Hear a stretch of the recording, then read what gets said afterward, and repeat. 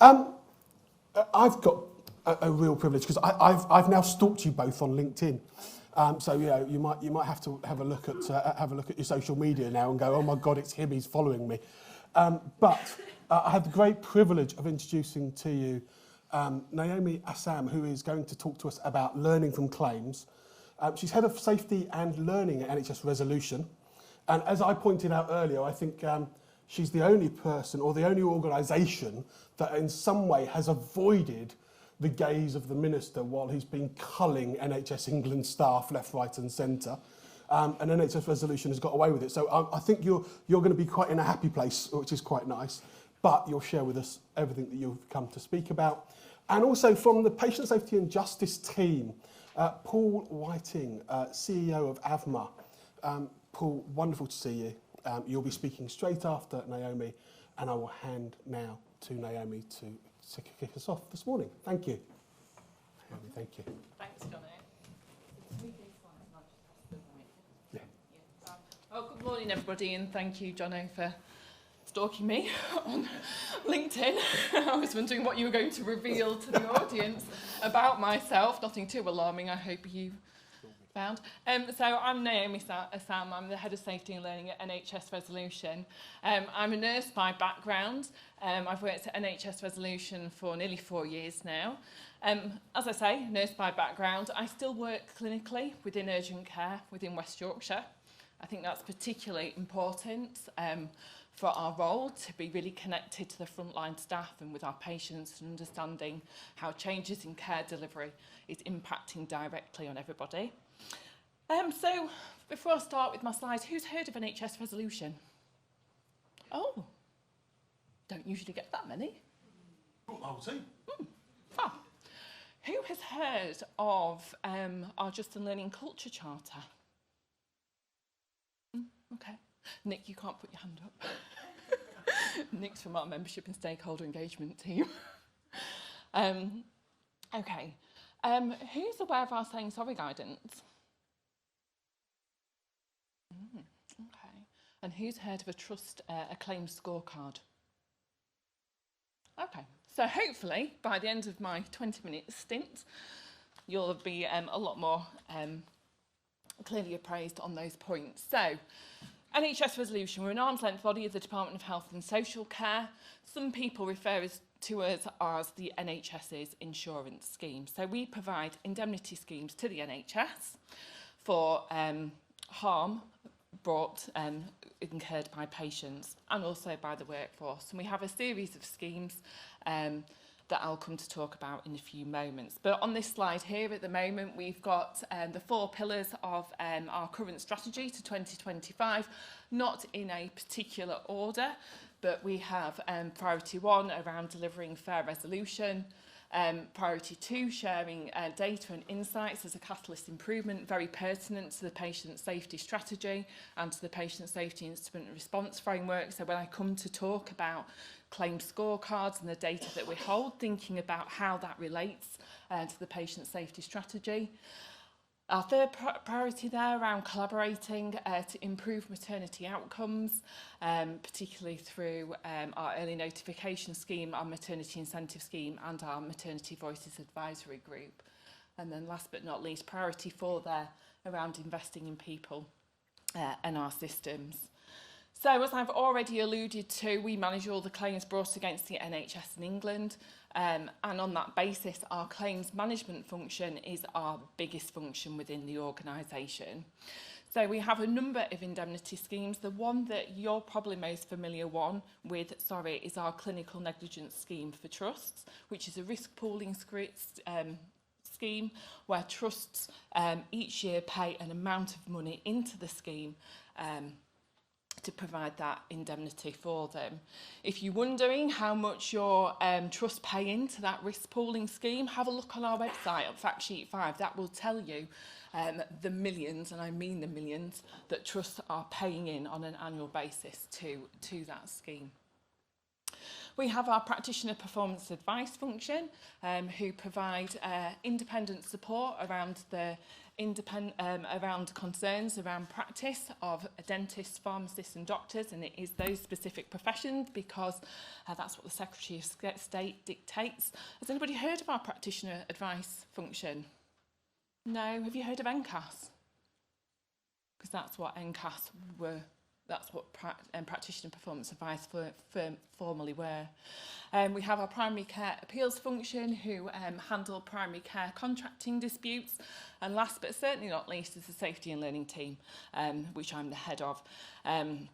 We aren't the biggest team within the organisation. We have leads based regionally across England. We have a lead for general practice, Sam, give us a wave. We have Denise Chaffer, who's our current director, who some of you may know as the former president of the Royal College of Nursing, but she's about to retire, and soon we'll have Megan Bidder coming in as our director of safety and learning. The majority of the team are clinical by background, so as you know, Denise is a nurse and a midwife by background. Sam's a health visitor. Our deputy director, Alex Crowe, is a nephrologist and works at the Royal in Liverpool. But having that clinical perspective and bringing that to that legal world that we're working is really, really beneficial. We are supported by or enabled by our finance teams, our digital data technology and transformation team, and our membership and stakeholder engagement policy and strategy team, who Nick in the audience is part of. So a little bit more about the safety and learning team. So we have a number of functions across the NHS in England. We are involved in a series of activities such as mediation, national and regional local engagements such as attending events like this. We create a lot of products for learning. Has anybody seen any of our learning resources like learning for medication error claims, anything like that? No. We have on our website something called the Faculty of Learning. Do take a look at that because that's got a lot of interesting insight to the data that we hold around claims that can help inform your local quality improvement and patient safety activity. We support all the indemnity schemes, and collaborative working is really important to us. We consider ourselves to be conveners across the healthcare system, and how we do that I will talk a little bit more about as I go through this presentation. So why learn from claims? Jono has already spoken about the considerable human cost both to the patient, family and staff when harm occurs. There is also significant economic cost as well, financial cost. So our annual report and accounts has just been published, and you can see there that the current expenditure is £2.7 billion for the management of claims. If we were to close all our claims today, the cost of that would be £6.3 billion. What a phenomenal amount of money that is costing the system. So that gives a really creates the case of need, doesn't it, for why we need to learn from claims, drive improvement, and use those improvements to reduce harm and also to reduce the value and volume of claims brought against the NHS in England. So if we're going to learn from claims, I guess sort of one of the first places to think about, or first things to think about, is what motivates somebody to pursue a claim for clinical negligence. Does anybody in the audience have any thoughts about what those motivations might be? Because they've not got closure by talking to clinicians. Okay. Because they haven't had that questions answered in full, maybe? Yeah? Any other thoughts?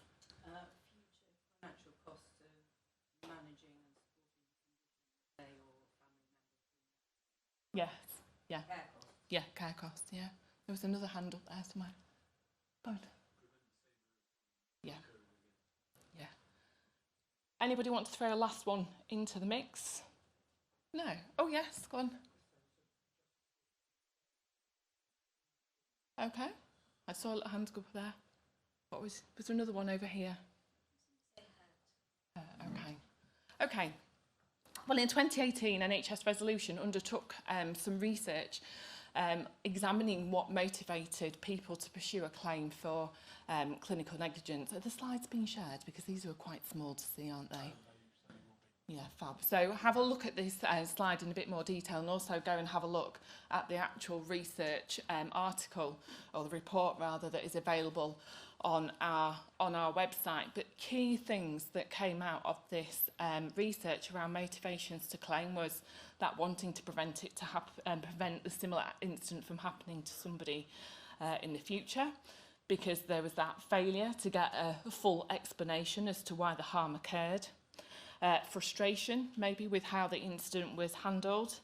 But something that wasn't mentioned here from the audience was that failure to receive an apology for the harm that was received. And we see that quite a lot across, not just through this research that we've undertaken at NHS Resolution, but when we look at the multiple inquiries over the years that have been published, just think about Ockenden currently happening at the moment, that failure to provide an apology is still a theme that comes through. So why are people reluctant to give that apology? Does anybody have any immediate thoughts on that?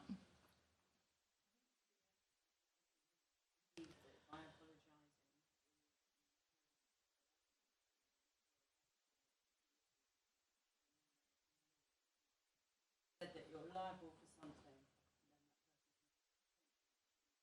then that person a level of settlement. I think it would be partially free. Partly to fear, does handle that?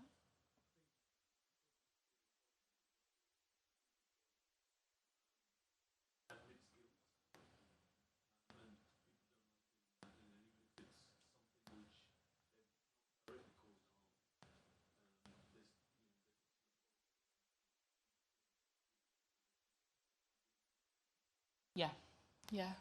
And the last one?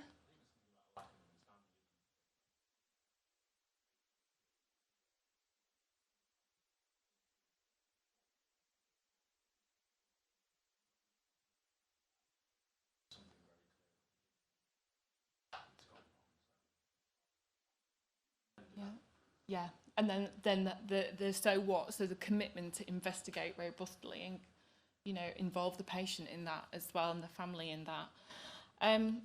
So saying sorry, like I have just providing that apology, is a theme that comes through constantly in multiple forums. This slide here represents NHS Resolution stance on providing apologies. We absolutely 100% believe that it is always the right thing to do. It is not an admission of liability to provide an apology to patient and family regarding poor care that they have received or harm that they've received. The top right box here is a statement from Helen Vernon, who's the Chief Executive at NHS Resolution, stating that we have never and we will never refuse cover for a claim because an apology has been given.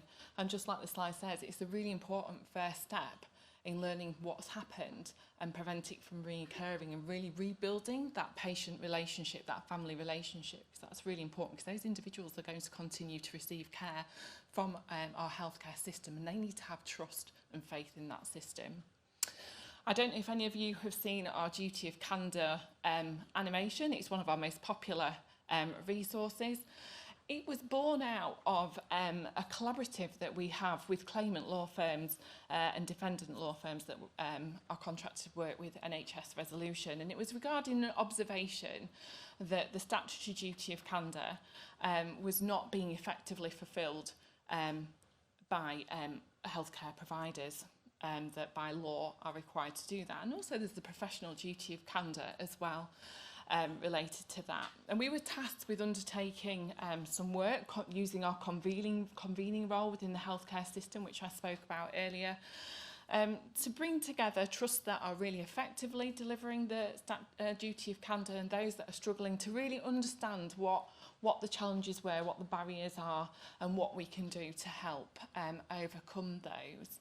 And what we identified was that there was a real tension in understanding around what the requirement of the professional duty of candour was, what the statutory duty of candour was, and this debate around, well, is it moderate, severe, harm?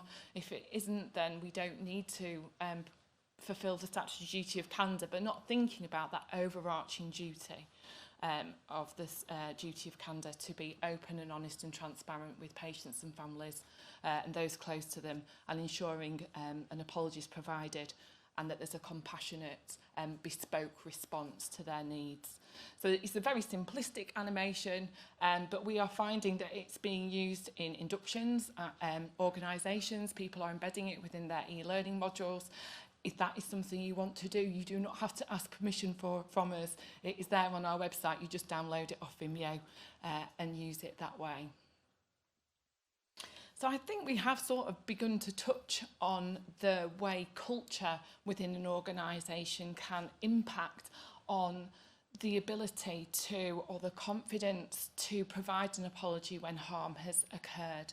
So it could be that there is organisational history of disciplinary action, scrutiny when an apology has been given. We've recently attended the RCN Congress in Brighton in May. Gosh, that feels like it was last year now, doesn't it? And we were getting members of staff coming to the stand and telling us that their experience of being disciplined for saying sorry when harm has occurred, which we just find that really difficult to comprehend. But our Just in Learning Culture Charter really lays out the expectation there around culture and how that should be led from board to floor, and what the components of that are to address and create a culture within an organisation where staff feel confident and able to speak up about their concerns, to provide that offer, to provide that apology, and give that compassionate response to patients and families where needed. And the expectation is set as well regarding, you know, if in that rare event where harm has been deliberate, how that is addressed, and how, if it's not deliberate, that's addressed in a fair, compassionate way. So that's principally what our Being Fair first report is about. Our second report, which came out in March, shines more of a light on promoting staff wellbeing, and it shares insight into our data that we hold around bullying and harassment and incivility within healthcare, and claims that are brought against the NHS regarding those concerns. It talks about the importance of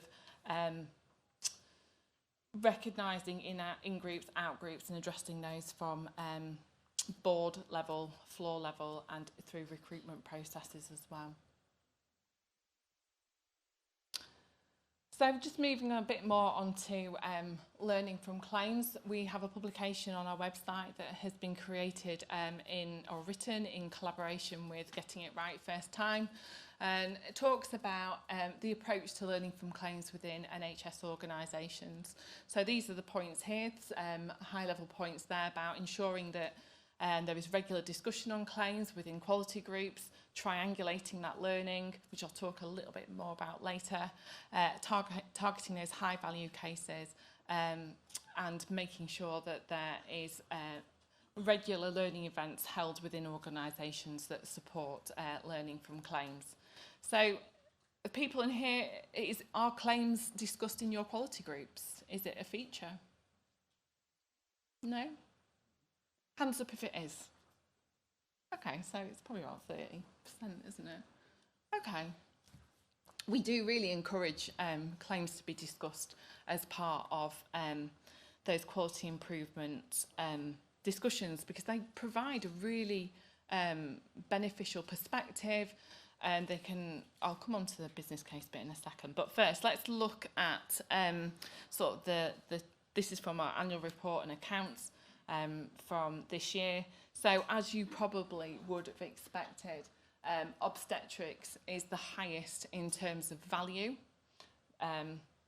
of claims, so they account for the highest value. And also they've just nudged up to the top this year as well around volume of claims as well. So the top three obstetrics in terms of volume, are emergency obstetrics, emergency medicine, and orthopaedic surgery. So we've done quite a bit of work around our emergency medicine claims over the recent years.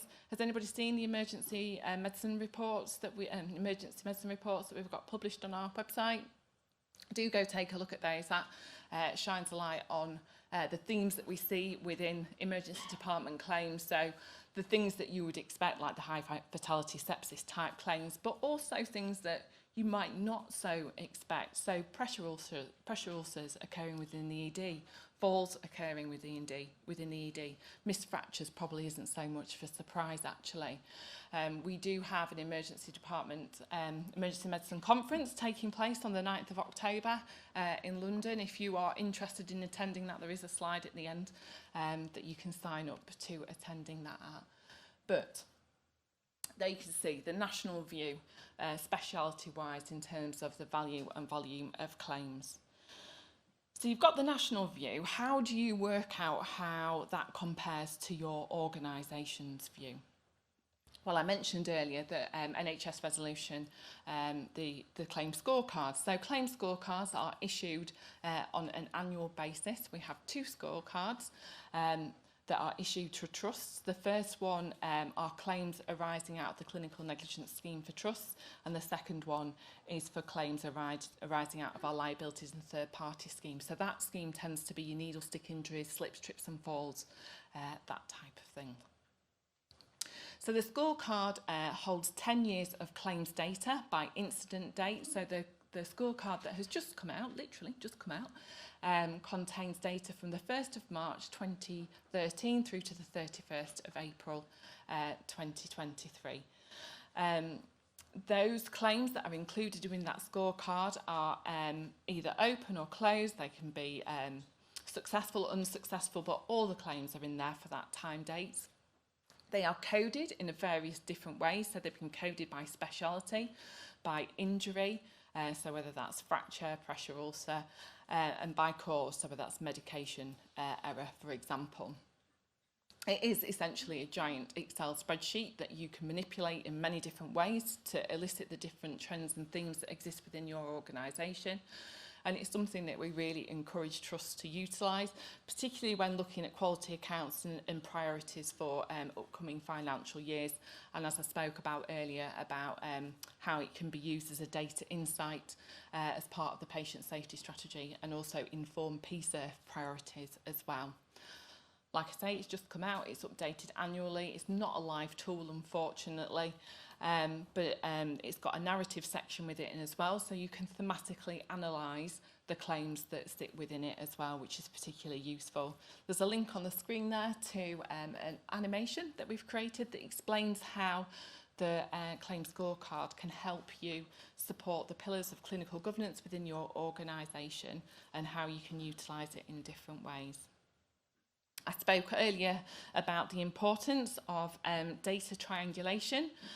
So thinking about, in our quality discussions, we often think about complaints and incidents, but claims really aren't often in the conversation when really they should be. People will often say to me, Naomi, but claims, it's very historical data. A patient, a claimant has 3 years to bring a claim from the point of realisation. If they're a child, they've got 3 years from the age of 18, so there's a huge time lag there. If it's an individual with a learning disability, they have their entire life to bring a claim, so there can often be quite a lag. But it's a really useful tool, a really useful mirror to hold up to an organisation and say, look, well, these are the themes that are coming out in our claims. Are they coming out in our complaints and incidents too? If they're not, brilliant. What did we do to prevent that? How do we replicate that for our other newer priority areas? But if they are still coming through, what do we need to do to make our response more robust? So a really valuable insight to improving patient safety and quality within NHS organisations. If you're wanting to look a little bit more about the more detailed view about some of the themes that might be existing within your scorecard compared to the national data, we have a series of resources on our website. So we have a series of Did You Know leaflets, such as one on Cauda-Equina syndrome, medication errors. Have a look at those. Do take a look and see how, use them to help inform your patient safety improvement activity. We also have a really powerful animation video, from Nadine Montgomery talking about her experience around the birth of her son Samuel, who suffered shoulder dystocia during birth and sadly suffered quite severe cerebral brain injury as a consequence. And we've also got Alan's story, which is also around the importance of saying sorry. I mentioned earlier that we have an emergency medicine conference taking place on the 9th of October in 2023.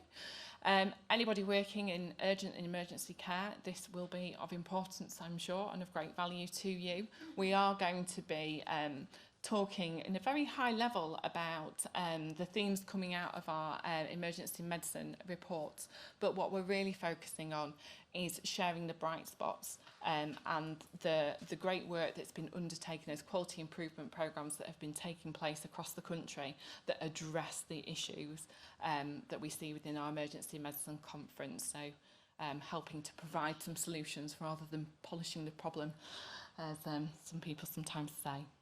So I think that's 10 to. That's my 20 minutes up.